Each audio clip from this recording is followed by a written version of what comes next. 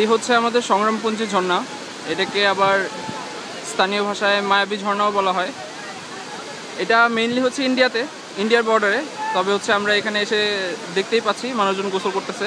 আমিও নামবো একটু পরে। কল্পনাও করে নাই যে জাফলংয়ে এত সুন্দর একটা ঝর্ণা দেখতে পাবো। ওয়াও, খরস্রোতা ঝর্ণা, পানির ফোর্স, ওয়াও।